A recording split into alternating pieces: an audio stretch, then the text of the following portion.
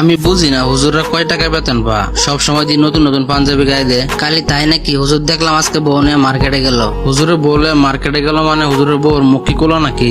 না, মুখ ঢাকাই ছিল, কিন্তু তারপরে হুজুর কি কারণে বউলে মার্কেটে আইবো? আর একটা কথা বলি তোরে, এই দেশে কাপড়ের দাম কিন্তু হুজুরাই বাড়াইছে। কি লম্বা লম্বা পাঞ্জাবি ভরে দেওয়াস না? আবার দেখলাম হুজুরে অ্যান্ড্রয়েড ফোনও চালা। কি রে তুই এগুলা কি বলতেছ? হুজুরে আবার অ্যান্ড্রয়েড ফোন চালাইবো কারে? হুজুর চালাবো একটা বাটন মোবাইল। মাঝে মধ্যে কেউ ফোন দিলে কথা বলবো এলাকাতেই। দেওয়াস না মানুষের বাড়িতে দাওয়াত খাইতে খাইতে হুজুরের পেট কত মোটা বানাইছে। মানুষের বাড়িতে খায় খাইতে পেটটা বানাইছে। দেওয়াস না আমরা শরীর হুগায় কি হয়েছে? আমি হইলাম মসজিদের সভাপতি আর হুজুরে আমার সালাম দিল না। ব্যাপারটা চিন্তা করার বিষয়। এত বড় অপমান আমি কোনোভাবে মানতে পারতেছি না। সভাপতি সাহেব, আপনি মসজিদের ইমাম সাহেবের কিছু একটা ব্যবস্থা করেন। ইদানিং কিন্তু হুজুর একটু বেশি বাইরে গেছে। ইমাম সাহেব হুজুর তো আমার লগে বেয়াদবি করছে রে, কিন্তু তোদের লগে আবার কি হয়েছে? আমার তো হুজুরের চলাফেরাতে সন্দেহ। কয় টাকায় বেতন পা, নতুন নতুন পাঞ্জাবি পরে আবার সংসার চালায়, অ্যান্ড্রয়েড ফোন চালায়, এত টাকা পয়সা কই পা? তুই তো কথাটা ঠিক বলছস, হুজুর এত টাকা পয়সা কই পা? আজকে বিকেল বেলা এটা নিয়ে বসমো।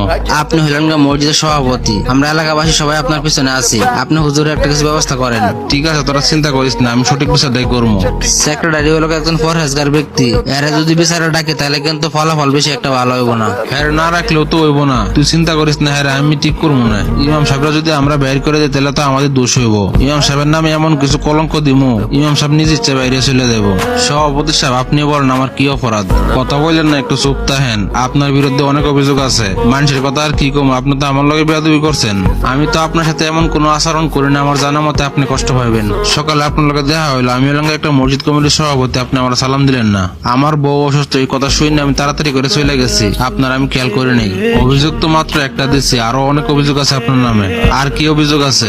কিরে তোদের কি কি অভিযোগ আছে কমিটির সামনে বল। আমার কথা এলাকা হুজুর কয় টাকা বেতন পা, নতুন নতুন পাঞ্জাবি পরে আবার ফ্যামিলি চালায়। শুধু তাই নয়, কালকে দেখলাম হুজুরের বউ নিয়ে মার্কেটে গেল। আবার হুজুরে অ্যান্ড্রয়েড ফোন চালা। হুজুরে অ্যান্ড্রয়েড ফোন চালাবো কে? হুজুর চালাবো একটা বাটন মোবাইল। আবার হুজুরে আল্লাহর রাস্তায় মানুষের বাড়িতে খাইতে খাইতে ফ্যাট একটা বানাইছে। ফ্যাট তো নয় যেন একটা গোডাউন। আবার দেখলাম হুজুর একদিনকে জোরে জোরে হাঁটতেছে, আবার দেখলাম একদিন আস্তে আস্তে হাঁটতেছে। এগুলার জবাব দিতে হইব। সভাপতি সাহেব ইমাম সাহেব তো কইছে ওনার বউ অসুস্থ, তাই শুনে তাড়াতাড়ি করে গেছে, আপনার খেয়াল করে নাই। তাছাড়া হুজুর কি কারণে আপনার প্রত্যেকদিন সালাম দেবো আগে আগে? আপনিও তো পারেন একদিন আগে আগে সালাম দিতে। আমি কি কারণে আগে সালাম দেবো? আমি হলাম মসজিদের সভাপতি।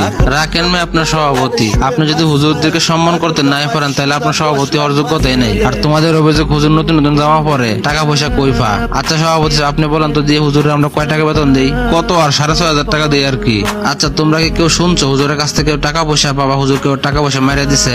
না, এখন পর্যন্ত এমন কোনো কিছু শুনি নাই। তাহলে তোমরা ভাবো আমরা এই কয় টাকা বেতন দিই হুজুরে, হুজুর নতুন পাঞ্জাবি গাই দে, ফ্যামিলি চালা, এটা দেখে আমাদের মতন কিছু লোকের সহ্য হয় না। আর তোমরা বলতেছো হুজুরে কি কারণে অ্যান্ড্রয়েড ফোন চালা? ও তোমরা